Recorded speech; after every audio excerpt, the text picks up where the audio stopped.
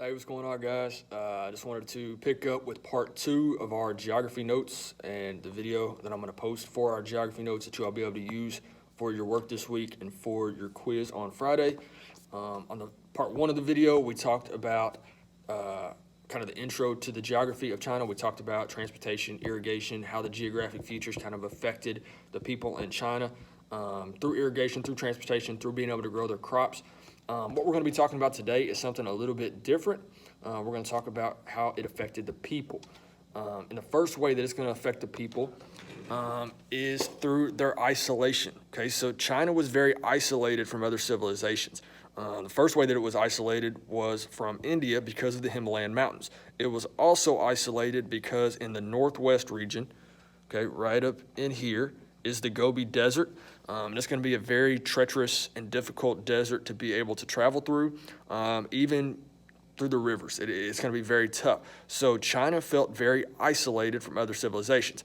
Because of this isolation, the early Chinese people believed that they were the only civilization in the world. They didn't have an understanding yet. They will eventually. But they didn't at the very beginning have an understanding that there were other people, other civilizations out in the world. They knew there were other people. They didn't realize there were other civilizations that were growing and prospering during the same time that they were trying to grow the Chinese civilization.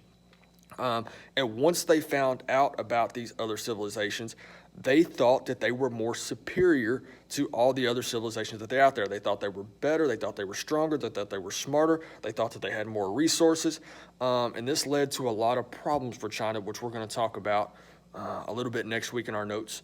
But that idea and that belief that a culture is superior to all others is called ethnocentrism. And you can see that down at the bottom.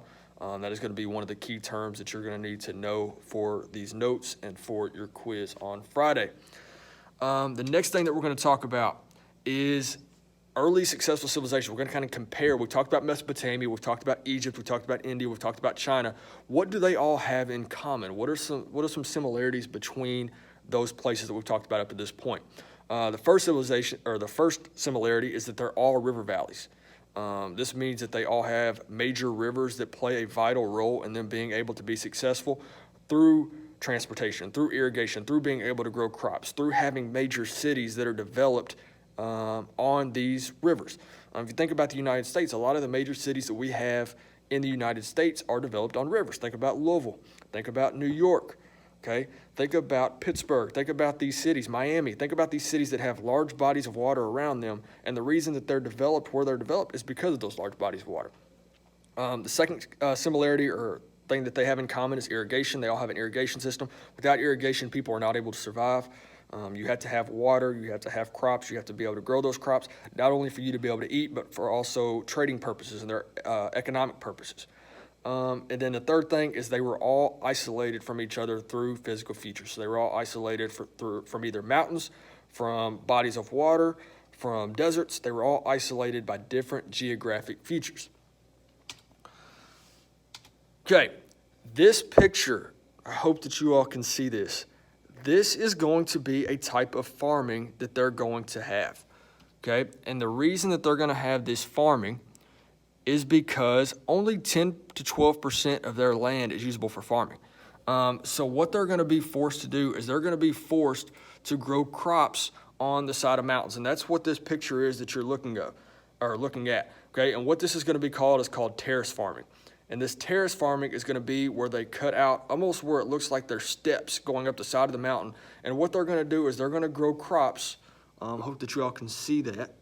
They're going to grow crops on those steps, and that's going to be a way that they're able to grow crops with only having 10 to 12% of their land available for farming. And the reason they only have 10 to 12% is because there's so many mountains and because of the major deserts that make up ancient China. So them being able to use these mountains and come up with this idea of terrace farming is going to play a major role in them being able to grow crops and their civilization kind of taking off. Like I said, there only 10 to 12% of the land was usable for farming. Here's another picture of the terrace farming. You can kind of see where the mountain is and how there's steps going up the side of the mountain. They put rocks there as kind of a barrier to keep that those steps from falling down. And then they're able to walk and grow crops. And there's about a 6-foot difference between each step going up the side of the mountain.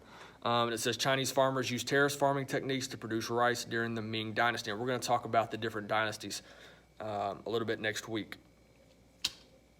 Okay, that will be it for our China geography notes. I went through that very quickly. I just kind of hit the high points because I know that you all have a lot of work that you are working on. Remember, guys, if you have questions about any of the work, any of the notes that I just went over, anything, please ask questions. Comment on here. Send me a message on Google Classroom. Send me an email. I'll be more than happy to answer those questions, and I'll get back to you as quickly as I possibly can. Like I said, guys, this is very important. Make sure you are getting your work done. Pace yourself. Try to get as much of this work done as you possibly can. And if you have questions over it, please let me know. Hope you all are doing all right. If you have any questions for me, please let me know, guys. Have a good one. Bye.